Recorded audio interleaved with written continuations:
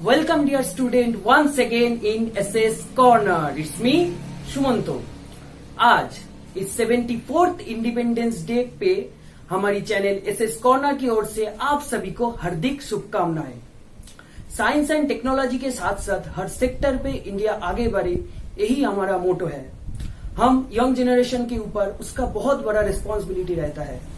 तो आज इस दिन पे हम लोग शपथ लेते हैं कि हम जो भी जिस भी फील्ड पे है उसी फील्ड पे पूरी लगन के साथ काम करेंगे और इंडिया को आगे बढ़ाएंगे। हम लोग एक साथ होके एक साथ मिलकर एक अच्छा सोच वाला कंट्री बनाते हैं। चलिए once again happy Independence day.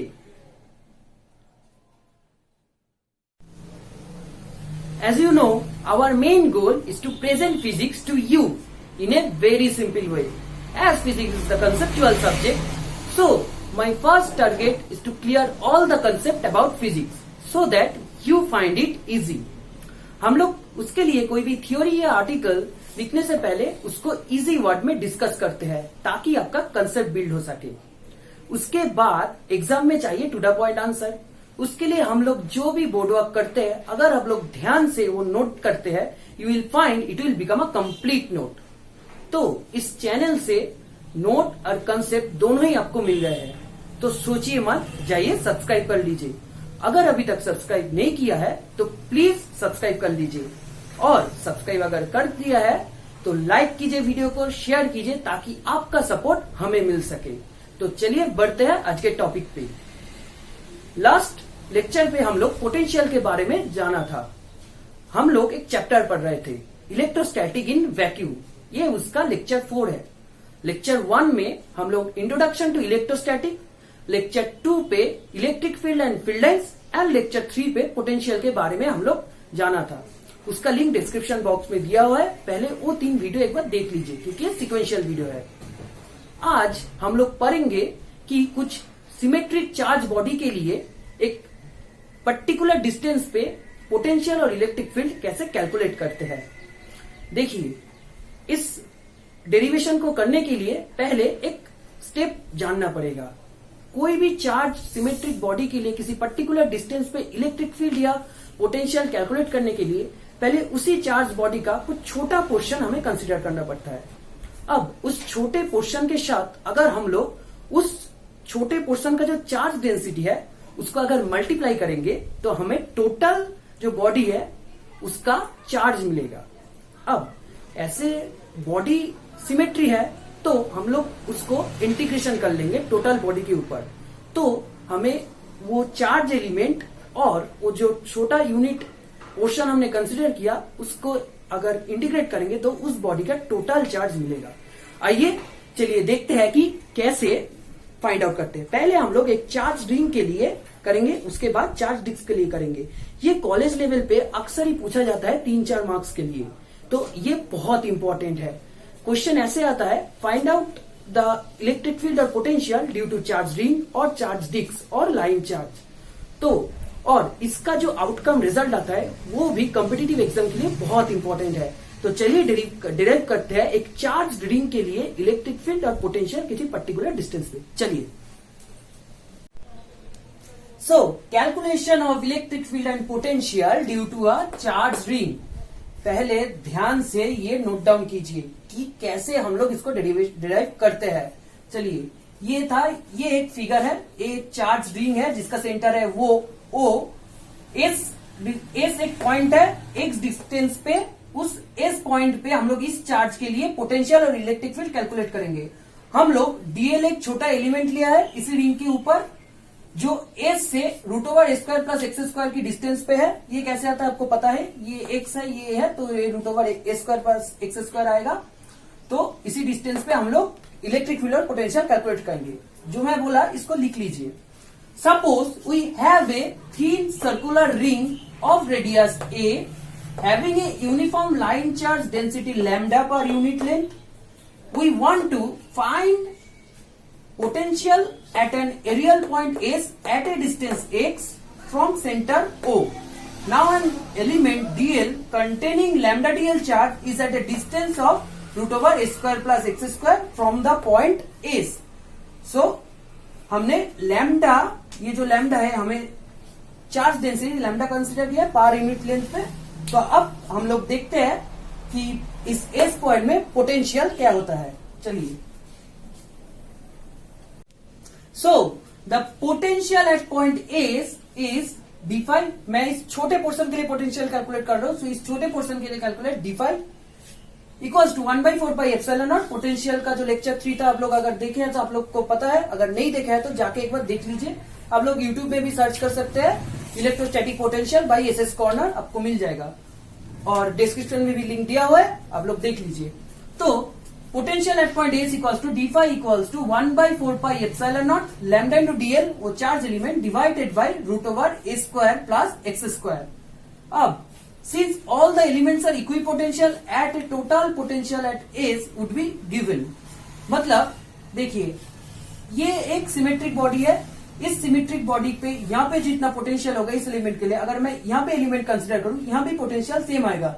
मैं लेक्चर 3 पे इक्विपोटेंशियल सरफेस के बारे में भी डिस्कस किया हुआ हूं, तो आप लोग वो भी देख लीजिए। तो since all the elements are equipotential at S, total potential at S would be given, total potential phi equals to ये लैम्डा डीएल पे इंटीग्रेट हो जाएगा टोटल रिंग के लिए। तो 1/4 pi epsilon not integration over lambda dl divided by root over a square plus x square. अब ये lambda dl, integration of lambda dl, ये इस रिंग के लिए टोटल चार्ज है। तो मान लीजिए ये इंटीग्रेशन ऑफ लैम्डा डीएल जो टोटल चार्ज है एक रिंग के लिए, मान लीजिए वो क्यू है। तो मैं इस लैम्डा डीएल को, इंटीग्रेशन ऑफ लैम्डा डीएल को क्यू से डिनोट करता हूं, जो है is the total charge on the ring. तो ये क्यू है इस रिंग के लिए, यहाँ इस रिंग पे टोटल चार्ज। तो इस पोटेंशियल क्या आता है finally 1/4 pi epsilon not q into root over a square plus x square. ये एक चार्ज रिंग के लिए एक्स डिस्टेंस पे पोटेंशियल है। अब इसको आप अच्छे से बॉक्स करके रखिए। अब now the electric field E, इस एस पे इलेक्ट्रिक फील्ड कितना आएगा पोटेंशियल का minus grad of phi, E equals to minus grad of phi, अगले वीडियो में हम लोग जाना था। अब ग्रेड तो 3 डायमेंशन के लिए होता है, लेकिन हम लोग एक ही एक्सिस के ऊपर कंसिडर कर रहे हैं, तो इसको हम x के लिए डिफरेंशिएट करते हैं, इसलिए x यूनिट वेक्टर हम लोग लेकर आए, तो minus x cap d5 dx। अगर इसको हम x के रिस्पेक्ट पे डेरिवेशन करते हैं तो अल्टीमेट रिजल्ट ये आता है E equals to 1/4 pi epsilon nought q dot x divided by a square plus x square to the power 3/2 into x vector unit cap. Now अब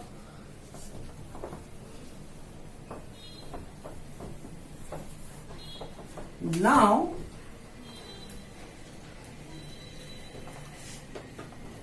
the electric field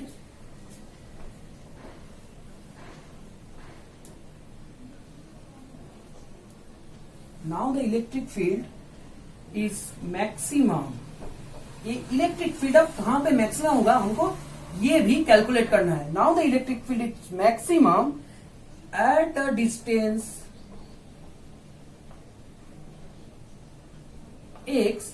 हमें किसी distance पे कहां पे electric field maximum होगा उसको कैसे पता करते हैं, उसी इलेक्ट्रिक फील्ड का एक्सप्रेशन को हम x के रेस्पेक्ट पे एक बार डिफरेंशिएट करेंगे और उसको 0 से इक्वल टू करेंगे। अगर उस इलेक्ट्रिक फील्ड का जो एक्सप्रेशन है, क्या एक्सप्रेशन है, E equals to 1/4 pi epsilon nought q into a square plus x square into 3/2 into x. ये जो एक्सप्रेशन है, अगर इसको हम लोग एक बार x के रेस्पेक्ट पे डिफरेंशिएट करेंगे तो आप लोग देखेंगे x equal to plus minus a by √2 पर इलेक्ट्रिक फील्ड मैक्सिमम आएगा। इस डिस्टेंस पे इलेक्ट्रिक फील्ड हमें मैक्सिमम मिलेगा। तो ये था एक केस। और अगर x is very very greater than a होता है, अगर इस डिस्टेंस से एक बहुत बड़ा होता है, तो इस पे a को हम लोग मतलब अवॉइड कर सकते हैं और अल्टीमेट एक्सप्रेशन हमें ऐसे मिलेगा 4 pi epsilon not q into आएगा x square into x cap. So इस केस के लिए ये आएगा इलेक्ट्रिक फील्ड। तो ये था एक चार्ज रिंग के लिए इलेक्ट्रिक फील्ड और पोटेंशियल, ये कुछ स्पेशल केस था। अब चलिए बढ़ते हैं एक चार्ज डिस्क के लिए इलेक्ट्रिक फील्ड और पोटेंशियल। चलिए तो अब कैलकुलेट करते हैं किसी पर्टिकुलर डिस्टेंस में इलेक्ट्रिक फील्ड और पोटेंशियल एक चार्ज डिस्क के लिए। इस केस में हम लोग P पॉइंट के लिए x डिस्टेंस पे पोटेंशियल और इलेक्ट्रिक फील्ड कैलकुलेट करेंगे। अगली प्रॉब्लम की तरह यहां पे भी हम लोग एक छोटा पोर्शन dr जो है वो कंसिडर किया है डिस्क पे। तो उस dr से P पॉइंट का डिस्टेंस है √r² प्लस x²। इस सेंटर से dr का डिस्टेंस है r, सेंटर से P पॉइंट का डिस्टेंस है x और एक टोटल डिस्क का रेडियस है a। अब देखिए, एक डिस्क को हम बहुत सारे कंसेंट्रेटिक रिंग का एक कलेक्शन मान सकता है।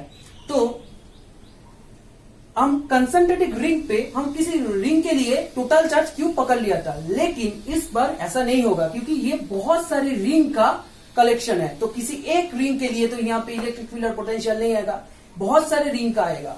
तो इस केस पे हमें एक छोटा एलिमेंट का इंटीग्रेशन करना पड़ेगा किसी फाइनाइट लिमिट पर। तो चलिए देखते हैं कैसे करते हैं। पहले ये जो हमने डिनोट किया है जो टर्म, इसको लिख लीजिए। Consider the disc of radius a with uniform charge density sigma. यहाँ पे हमने सरफेस चार्ज डेंसिटी सिग्मा पकड़े हैं। E be the electric field, यहाँ पे वेक्टर आएगा। E be the electric field at A point P along the axis of the disk at a distance x from its center. We can assume the charge distribution as a collection of concentric rings of charge. Consider one such ring, यहाँ पे हम लोग एक dot देते हैं। Consider one such ring of radius r and a charge dq. तो एक ring का हमने रेडियस r पकड़ा है और चार्ज dq पकड़ा है। अब हम इस रिंग का एरिया देखते हैं क्या होता है एरिया।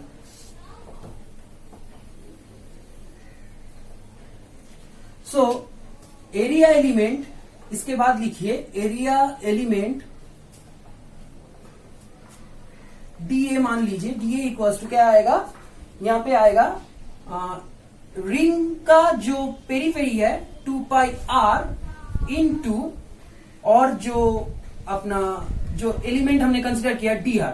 सो ये आया इसका एरिया एलिमेंट। नाउ dq कितना आएगा, dq आएगा एरिया dA इंटू वो जो चार्ज डेंसिटी हमने पकड़ा सिग्मा। तो क्या आएगा 2πr sigma into dA।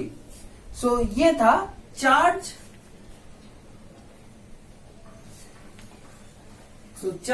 At the disc. तो इसको हमें इंटीग्रेट, एक फाइनाइट लिमिट पे इंटीग्रेट करके हमें पोटेंशियल कैलकुलेट करना है। तो चलिए देखते हैं।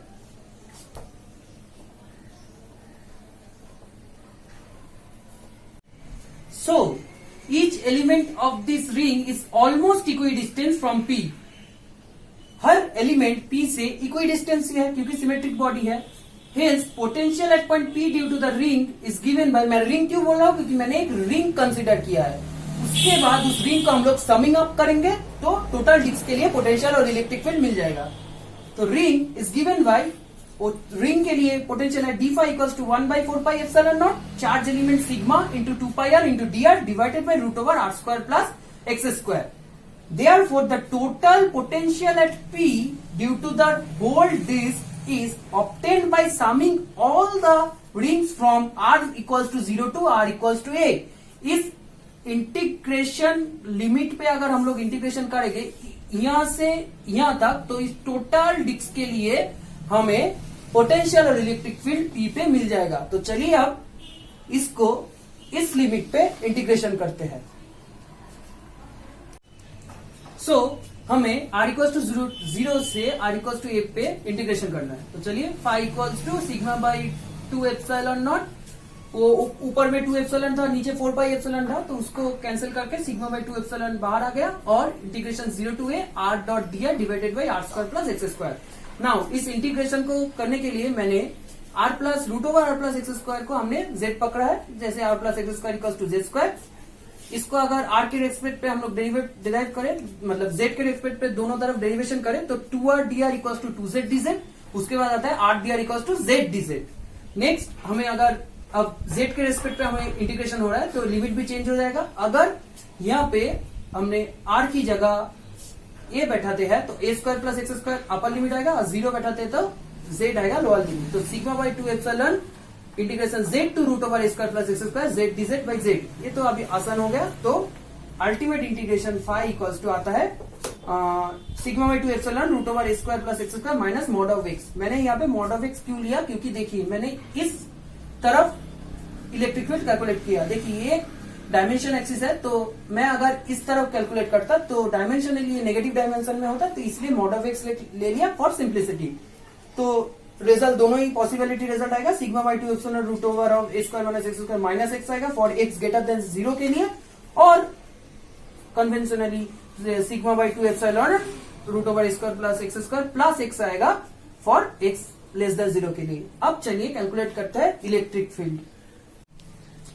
सो इलेक्ट्रिक फील्ड क्या है, माइनस डेल फाई, एक ही एक्सिस के ऊपर कर रहे हैं, same process, minus x cap unit vector into d phi d x. तो अगर पोटेंशियल का एक्सप्रेशन क्या था, sigma by 2 epsilon nought into root over a square plus x square minus mod of x, उसको अगर हम लोग एक्स के रेस्पेक्ट पे डिफरेंशिएट करेंगे तो आएगा sigma by 2 epsilon nought into 1 minus x by root over a square plus x square into x cap. अब इसको हम लोग इस एक्स को अगर नीचे हम लोग डिवाइड करते हैं तो अल्टीमेट ई का एक्सप्रेशन आएगा, E equals to sigma by 2 epsilon nought into 1 minus 1 by root over a square plus x square plus 1 to the power half into, ये ब्रैकेट क्लोज। तो अल्टीमेट डिस्क के लिए पी पॉइंट पे electric field आएगा ये। अब कुछ special case discuss करते हैं। मान लीजिए ये ए जो है ये टेंस टू इन्फिनिटी, मतलब बहुत बड़ा ए है। तो अगर ये टेंस टू इन्फिनिटी है तो आप लोग देखिए, अगर यहाँ पे हम लोग इन्फिनिटी बैठाते हैं तो ये टोटल इन्फिनिटी आ जाएगा और 0 आ जाएगा। तो ई का एक्सप्रेशन आएगा E equals to sigma by 2 epsilon naught for a greater than 0।